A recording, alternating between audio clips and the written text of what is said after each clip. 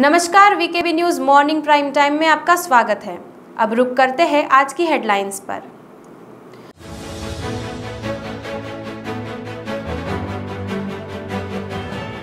महिला धर्म प्रचारक की गला रेत कर हत्या, खापरखेड़ा पुलिस स्टेशन अंतर्गत आया मामला सामने।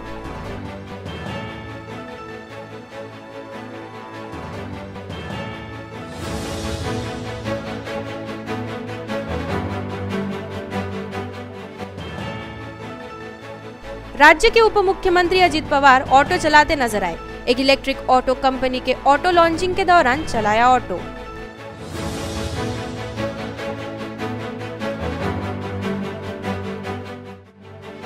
और आज घर घर विराजेंगे गोपाल कृष्ण, लोगों ने जमकर की खरीदी, उत्साह भरा है माहौल।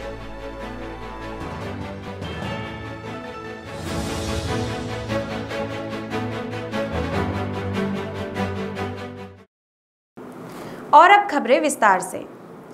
पीपला डाक बंगला में कोलार नदी के किनारे स्थित शिवाली बौद्ध भिक्षा निवास में भंते रामदास जिंगू मेश्राम ने एक उपासिका की हत्या कर दी।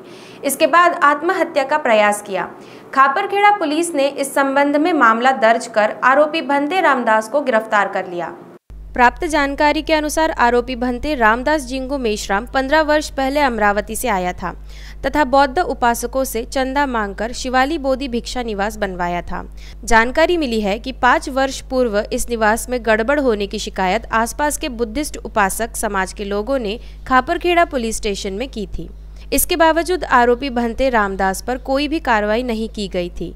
इस बीच जरीपटका निवासी कुसुम सुनील चौहान अपने शराबी पति से परेशान होकर श्रमनेर भंती बनने पति और अपने 2 बच्चों को छोड़कर 12 वर्ष पूर्व भंते रामदास के पास आ गई। उनके साथ श्रमनेर भंती रहना चाहती थी। रामदास ने उसको स्कूटी, मोबाइल सब लेकर दिया। कुसुम स्कूटी में प्रतिदिन कहीं न कहीं बाहर जाती थी और मोबाइल पर बिजी रहती थी। वह हर समय व्हाट्सएप करती रहती थी। आरोपी रामदास को यह पसंद नहीं था। उसने कुसुम को बहुत बार समझाया, लेकिन वह नहीं समझ रही थी। रविवार को दोपहर वह स्कूटी पर बाहर से आई और व्हाट्सएप पर मैसेज भेज रही थी। आरोपी रामदास ने उसका मोबाइल खींचकर व्हाट्सएप पढ़ने लगा। बाद में उसको फटकारा, किंतु कुसुम ने उल्टा जवाब रामदास को दिया। गुस्से में आकर रामदास ने अंदर से चाकू लाकर उसका गला काट डाला। इसके बाद हथौड़े से उसके सिर पर 4-5 वार कर बुरी तरह से लहूलुहान कर दिया। इससे कुसुम ने जगह पर ही दम तोड़ दिया। घटना के बाद आरोपी भंते ने घर में फांसी लगाने का प्रयास किया, लेकिन हुक टूटने से वह बच गया। इसके बाद उसने पास ही कुएं में कूदने का प्रयास किया। आसपास के लोगों ने उसको पकड़ लिया। उसके कपड़े खून से भरे होने से लोगों ने उसके निवास स्थान पर पहुंचकर देखा तो वह कुसुम लहूलुहान पड़ी हुई थी। घटना की जानकारी मिलते ही खापरखेड़ा पुलिस ने तत्काल वहां पहुंचकर कार्रवाई कर आरोपी को गिरफ्तार कर लिया। महाराष्ट्र के deputy chief minister Ajit Pawar शनिवार को ऑटो चलाते नजर आए। वे बारामती में एक कंपनी के ई ऑटो की लॉन्चिंग में पहुंचे थे। पवार ने ऑटो की लॉन्चिंग करने के बाद इसे चलाने की इच्छा जताई। इसके बाद वे ऑटो में बैठे और फैक्ट्री की सड़कों पर इसे काफी दूर तक घुमाते रहे। उनके इस अंदाज को देख वहां मौजूद लोग लगातार तालियां बजाते रहे। अजीत पवार को फर्राटे से ऑटो चलाते देख कंपनी के कर्मचारी भी हैरान रह गए। अजीत पवार काफी देर तक फैक्ट्री की सड़कों पर ऑटो घुमाते रहे। पवार ने वहां मौजूद अधिकारियों से ऑटो की खासियतें समझी। इस दौरान उन्होंने कंपनी की तारीफ करते हुए कहा कि ऐसे इलेक्ट्रिक वाहन पर्यावरण की सुरक्षा के लिए सुविधाजनक और महत्वपूर्ण हैं। अजीत पवार ऑटो की लॉन्चिंग में चीफ गेस्ट बनकर शामिल हुए थे। सोशल मीडिया पर हो रही है पवार की तारीफें। अजीत पवार को अपने इलाके में काफी प्रभाव है। इसका अंदाजा इसी बात से लगाया जा सकता है कि वे 1995 से लगातार बारामती विधानसभा सीट से चुनाव जीत रहे हैं। यही वजह है कि उनका ऑटो ड्राइवर का रूप भी लोगों को खूब पसंद आ रहा है। सोशल मीडिया में उनकी तस्वीरें शेयर कर पवार की जमकर तारीफें हो रही है। केंद्रीय सड़क परिवहन व महामार्ग मंत्री नितिन गडकरी के महत्वाकांक्षी 24,000 करोड़ के नाग नदी शुद्धिकरण प्रकल्प को केंद्रीय वित्त सचिव की अध्यक्षता वाली एक्सपेंडिचर समिति की ओर से मान्यता मिल गई है। यह जानकारी खुद गडकरी ने दी। वे 18 करोड़ रुपए खर्च कर सोनेगांव तालाब के सौंदर्यीकरण के भूमि पूजन समारोह में बोल रहे थे। इस अवसर पर राज्य के विरोधी पक्ष नेता देवेंद्र फडणवीस, सांसद डॉक्टर विकास महात्मे, पूर्व मंत्री चंद्रशेखर बावनकुले, नागपुर के महापौर दयाशंकर तिवारी आदि उपस्थित थे। गडकरी ने बताया कि नाग नदी शुद्धिकरण प्रकल्प में आने वाली बाधा को दूर कर जल्द ही कंसल्टेंट नियुक्त कर 2-3 महीने में नाग नदी शुद्धिकरण के काम की प्रत्यक्ष रूप से शुरुआत हो सकेगी। नाग नदी शुद्धिकरण का काम फ्रांस की कंपनी द्वारा किया जाएगा। नागपुर में जिस मार्ग से मेट्रो जा रही है उन सभी सड़कों का सीमेंटीकरण किया जाएगा। इसके लिए सड़क विकास निधि से 200 करोड़ रुपए खर्च किए जाएंगे। इस काम की निविदा भी जारी हो गई है। कार्यक्रम में फडणवीस ने कहा कि केंद्रीय मंत्री नितिन गडकरी आधुनिक नागपुर के शिल्पकार हैं। गडकरी नागपुर के सर्वांगीण विकास का विचार कर कार्य कर रहे हैं।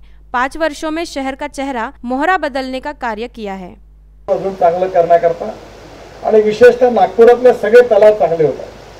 आजच एक चांगली बातमी आली की आपल्या नाग नदीच्या 2400 कोटीच्या प्रकल्पाला आजच फायनान्स सेक्रेटरीच्या अध्यक्षतेखाली जे एक्सपेंडिचर कमिटी असते त्यांच्याकडून आज मान्यता मिळाली आहे।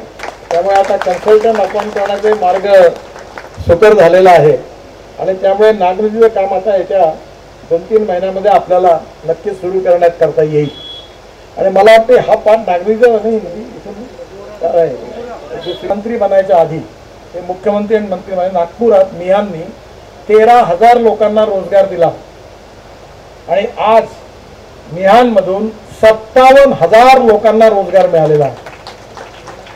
57,000 याची लिस्ट आहे नावासहित। आणि आता पुढल्या 3 वर्षात आम्ही 1 लाख तरुण मुलांना नागपूरच्या विदर्भातल्या इथल्या मिहानमध्ये रोजगार देणार। मी आता 9 तारखेला मिहानचे सगळ्या कंपनीज मिहानचे एमडी त्यांची मीटिंग बोलवली आणि सगळ्या कंपन्यांना बोलवलेला आणि त्यांचं एक्सपान्शन करून नागपूरमध्ये 2022 मध्ये आता 11 सीटर फाल्कनचं जेट इथे या ठिकाणी बनणार आहे।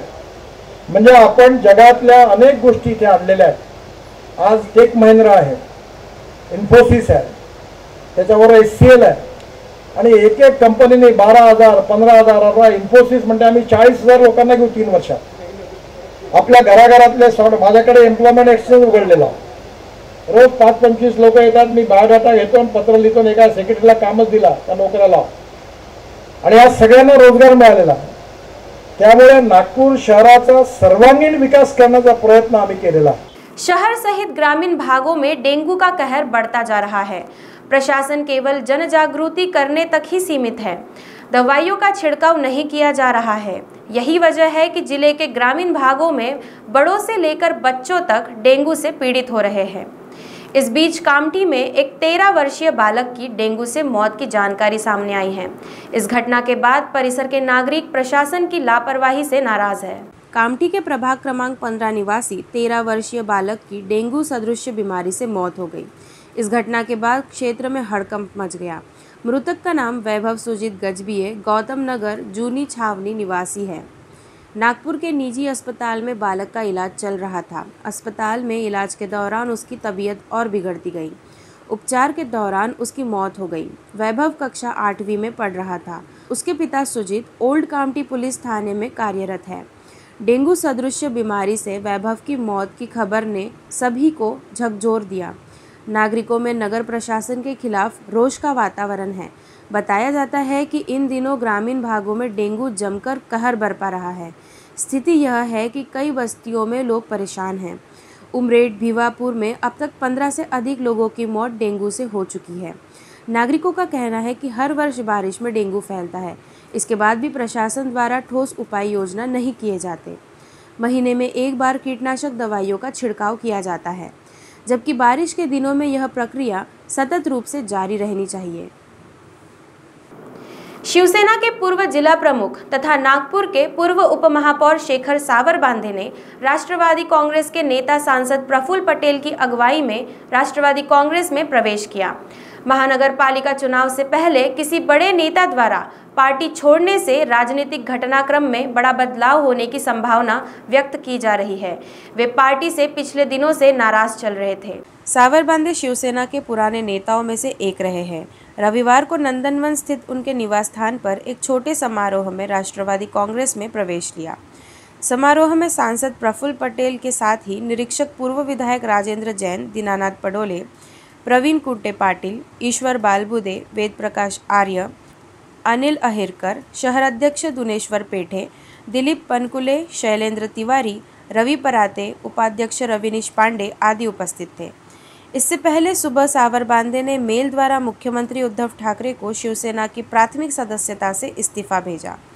इस संबंध में प्रतिक्रिया देते हुए सावर बांदे ने कहा कि मुझे किसी से कोई शिकायत नहीं है, लेकिन पिछले दिनों से पार्टी द्वारा किया जा रहा कार्य मेरी समझ से बाहर रहा है। जिनके पास पूर्व विदर्भ की जिम्मेदारी है, उन संपर्क नेता के निर्णय को यदि महत्व नहीं दिया जाता होगा तो फिर पार्टी में रहने का कोई औचित्य ही नहीं है। अब पुराने और निष्ठावान कार्यकर्ताओं को न्याय देना मुश्किल हो गया है। वक्त हो गया एक छोटे से ब्रेक का। मिलते हैं एक ब्रेक के बाद। बाय। सब जानना चाहते हैं मेरा फेवरेट कलर, मेरा फेवरेट डेस्टिनेशन, मेरी फेवरेट डिश, पर कोई ये नहीं पूछता कि फेवरेट डिश मैं बनाती कैसे हूँ। अरे यार, जिसे टेस्टी खाना पसंद है वो अच्छे टेस्ट तक पहुँच ही जाता है। सुरुचि मसाले, खाने में हो रुचि तो घर लाइए सुरुचि। अपने सपनों की उड़ान भरने की इच्छा तो हर किसी की होती है, पर पंख भी तो मजबूत होने चाहिए जो देता है flywheel aviation academy. Flywheel aviation academy एक ऐसा इंस्टीट्यूट है जहां पर एयरलाइंस एंड एयरपोर्ट हॉस्पिटैलिटी और टूरिज्म मैनेजमेंट, साथ ही यहां campus interview, guidance by industry expert, practical training at airport, expert faculty, personal grooming जैसे कई सारे बेनिफिट्स आप पा सकते हैं। Flywheel aviation academy, 1 degree, 3 job opportunities. Flywheel Aviation Academy gives you a degree or diploma with a job. Flywheel Aviation Academy, 365 Gandhinagar, LAD College Square, beside Karnataka bank Nagpur. Break के बाद आपका स्वागत है। कृष्ण जन्माष्टमी की धूम शहर में देखने को मिल रही है। कोरोना से मिली राहत के बाद इस बार त्योहार को लेकर लोगों में दुगना उत्साह देखने को मिल रहा है। रविवार को शहर के बाजारों में भीड़ लगी रही।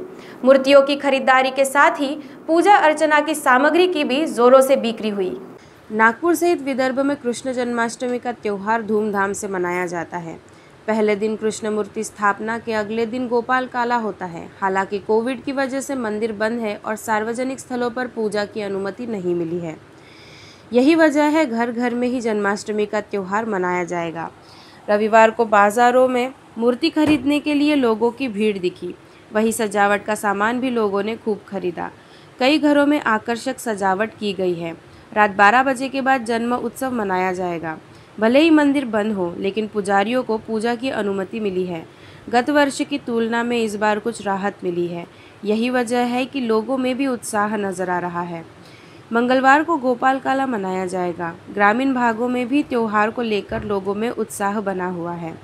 लोग पूजा अर्चना के साथ ही कोरोना के संकट से बचने के लिए बाल गोपाल से प्रार्थना करेंगे। विद्यापीठ शिक्षण मंच की ओर से अध्यक्ष डॉक्टर कल्पना पांडे एवं महामंत्री डॉक्टर सतीश चाफले के नेतृत्व में महाराष्ट्र के उच्च और तकनीकी शिक्षा मंत्री उदय सामंत से मुलाकात की और इंजीनियरिंग कॉलेज के प्रोफेसरों को वेतन के मुद्दे पर चर्चा की गई। गौरतलब है कि पिछले 3 साल से विभिन्न इंजीनियरिंग कॉलेजों में प्रोफेसरों का वेतन लंबित है और प्रोफेसरों के जीने मरने की नौबत खड़ी हो गई है। कल्पना पांडे ने शिक्षा मंत्री से प्रोफेसरों के भावनात्मक पहलुओं पर गंभीर चर्चा की। ज्ञापन में मांग की गई है कि राज्य सरकार को इन सभी मामलों में तत्काल निर्णय लेना चाहिए और इस मुद्दे को हल करने के लिए मध्यस्थता करनी चाहिए, क्योंकि कॉलेज के कुछ प्रोफेसरों को बिना किसी पूर्व सूचना के निलंबित भी कर दिया गया है। यह मांग नहीं मानी गई तो प्राध्यापकों के हित में विद्यापीठ शिक्षण मंच को धरना प्रदर्शन का मार्ग अपनाना पड़ेगा। इसके अलावा कॉलेजों में लंबित छात्रवृत्ति तुरंत प्रदान किए जाने की मांग की गई है। वहीं सोशल वर्क के प्रोफेसरों के लिए 7वें वेतन आयोग का मुद्दा अभी तक हल नहीं हुआ है। अभी प्रोफेसरों को 6ठे वेतन आयोग के अनुसार भुगतान किया जा रहा है। अतः समाज कार्य के प्राध्यापकों को शीघ्र 7वां वेतन आयोग लागू किया जाना चाहिए। शिक्षा मंत्री ने इन मांगों पर तत्काल निर्णय लेने का आश्वासन दिया। शिष्टमंडल में विद्यापीठ शिक्षण मंच की अध्यक्ष डॉक्टर कल्पना पांडे, महामंत्री डॉक्टर सतीश चाफले, विद्वत परिषद सदस्य डॉक्टर फिरोज हैदरी समेत अन्य पदाधिकारी मौजूद थे। 10वीं 12वीं बोर्ड के रिजल्ट लगते ही विद्यार्थियों और अभिभावकों को बच्चों के महाविद्यालयों में दाखिला लेने के लिए लगने वाले आवश्यक प्रमाण पत्रों को बनाने के लिए जिला व तहसील कार्यालय का रुख करना पड़ रहा है। दाखिले के लिए लगने वाले आवश्यक प्रमाण पत्र जैसे आयकर प्रमाण पत्र, राष्ट्रीयता प्रमाण पत्र, जाति प्रमाण पत्र, क्रीमी लेयर और नॉन क्रीमी लेयर सर्टिफिकेट बनाने के लिए नागरिकों को 100 रुपये से लेकर 500 रुपये के स्टैम्प पेपर की ज़रूरत पड़ रही है। इसका फ़ायदा उठाते हुए स्टैम्प पेपर वेंडरों द्वारा स्टैम्प पेपर की कृत्रिम किल्लत पैदा करके स्टैम्प पेपर ब्लैक में बेचा जा रहा है। कुछ अर्जनविस्ट टाइपिस्ट लोगों को स्टैम्प पेपर की एडवांस बुकिंग करके नाम लिखवाकर पैसा जमा करवाकर दूसरे दिन स्टैम्प पेपर लेकर जाने का ऑफर देते नजर आ रहे हैं। जिला अधिकारी के कड़े निर्देशों के बावजूद तहसील कार्यालय में दलालों का अभी भी बोलबाला है। प्रशासन द्वारा किसी भी प्रमाण पत्र के बनाने की अवधि 15 दिन से लेकर 30 दिनों की है। नागरिक स्वयं ही प्रमाण पत्र न बना सके, इसके लिए तहसील कार्यालय में स्टैम्प पेपर की कृत्रिम किल्लत पैदा करने का षड्यंत्र स्टैम्प पेपर वेंडरों और दलालों की मिलीभगत से शुरू रहने की खबर है। तहसील कार्यालय से ही लगकर जिला सत्र न्यायालय परिसर की इमारत के बाहर बने मुद्रांक बिक्री केंद्र की व्यवस्था जिला बार एसोसिएशन ने करने की जानकारी सामने आई है। सूत्रों के मुताबिक यह व्यवस्था एसोसिएशन के पदाधिकारियों ने वकीलों के लिए ही मुहैया करने की जानकारी है, लेकिन यहाँ वकीलों के अलावा भी दूसरे लोग कतारों में खड़े दिखाई दे रहे थे। महानगर पालिका चुनाव के लिए वार्ड पद्धति की घोषणा के बाद अब सभी पार्टियां तैयारी में जुट गई है। बदलते समीकरण को ध्यान में रखकर नियोजन भी किया जा रहा है, लेकिन जानकार मान रहे हैं कि इस बार सभी पार्टियों में बड़े पैमाने पर बगावत भी देखने को मिलेगी। इच्छुक पहले से ताल ठोक कर बैठे हैं, वहीं दूसरी ओर सीनियर भी अपनी सेकेंड और थर्ड इनिंग की तैयारी में जुट गए हैं। महानगर पालिका का चुनाव इस बार सभी मायनों से महत्वपूर्ण होगा। केंद्रीय मंत्री नितिन गडकरी को अपना गढ़ बचाने के लिए योग्य लोगों की उम्मीदवारी देनी होगी। वहीं दूसरी ओर पूर्व मुख्यमंत्री देवेंद्र फडणवीस को भी अपने भविष्य की राह आसान बनाना होगा। कांग्रेस भी युवा चेहरों को तवज्जो देगी, जबकि राष्ट्रवादी में युवा चेहरों की ही भरमार है। शिवसेना में 1 अनार और 100 बीमार वाली स्थिति बनी हुई है। हालांकि पिछले दिनों से शिवसेना के नेताओं सहित मंत्रियों ने नागपुर में दौरे कर कार्यकर्ताओं में उत्साह का संचार किया है, लेकिन सोई हुई ताकत को जगाना इतना भी आसान नहीं होगा। जानकार मानते हैं कि इस बार वार्ड पद्धति होने बगावत भी बड़े पैमाने पर देखने को मिलेगी। इसकी एक वजह यह भी है कि नेता महाविकास आघाड़ी की सरकार बनने के बाद से ही मान रहे थे कि प्रभाग पद्धति में बदलाव होगा और उसी हिसाब से तैयारी में भी जुट गए थे। अब यदि पार्टी ने टिकट नहीं दी तो बगावत के अलावा अन्य कोई विकल्प भी नहीं रहेगा। फिलहाल इच्छुक उम्मीदवारों का सोशल मीडिया पर प्रचार शुरू हो गया है। गुड मॉर्निंग से लेकर गुड नाइट तक के मैसेज की भरमार होने लगी है। अब देखना होगा कि सितंबर के अंत तक वार्ड आरक्षण में किसके हाथ क्या लगता है। पहले जंगल से सटे खेतों को जंगली जानवरों से खतरा था। जंगल से सटे खेतों को इन जानवरों से काफ़ी नुकसान भी हो रहा था और यह सिलसिला निरंतर जारी है। इन जानवरों से फसलों को बचाने के लिए किसान रात के समय जागकर अपने खेतों की रखवाली भी कर रहे हैं। बावजूद इसके किसी न किसी तरह से फसलों को नुकसान हो ही रहा था। लेकिन अब इन जानवरों ने अपना मोर्चा जंगल से दूर गाँव के खेतों की ओर बढ़ाया है, जिससे जंगल समीप गाँव से लगे किसानों के खेतों को बड़े पैमाने में नुकसान हो रहा है। अब इन किसानों को भी जंगल जानवर ध्वस्त कर रहे हैं। इसमें प्रमुख रूप से नीलगाय और जंगली सुअरों का समावेश है। नीलगाय और जंगली सुअरों के कारण किसानों की फसलें बर्बाद होकर किसानों को इससे भारी नुकसान पहुंच रहा है। नरखेड़ और समीप के वरुड़ तहसील का कुछ हिस्सा जंगल से घिरा हुआ है। इससे लगकर ही किसानों के काफ़ी खेत हैं। इन किसानों को हमेशा से ही जंगली जानवरों का खतरा रहता है। ऐसा होते हुए भी स्थानीय प्रशासन इस समस्या को लेकर कोई उपाय योजना या कार्रवाई करने को तैयार नहीं है। पहले जंगल से सटे किसानों को तकलीफ थी, लेकिन अब इन जंगली जानवरों ने अपना मोर्चा जंगलों से दूर वाले खेतों की ओर बढ़ा दिया है, जिससे अब सभी किसान इस नए संकट और आफत से परेशान हैं। किसानों पर आसमानी संकट का सिलसिला शुरू है और ऐसे में जंगली जानवरों का भी बढ़ गया है। किसानों ने इस समस्या के बारे में कई बार अवगत कराकर ज्ञापन भी सौंपे हैं, परंतु इस और वन विभाग हर बार अनदेखा कर देती है, जिससे किसान परेशान हो गया है। यदि ऐसी ही आर्थिक नुकसान और तंगी रही तो किसानों के सामने आत्महत्या करने की नौबत आ सकती है। जंगली सुअरों के अलावा नीलगाय से भी किसानों को काफ़ी तकलीफ हो रही है।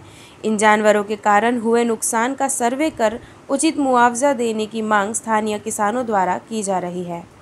वीकेबी न्यूज़ के प्राइम टाइम में अब तक के लिए इतना ही। आपसे फिर मुलाकात होगी, तब तक देखते रहिए वीकेबी न्यूज़। नमस्कार।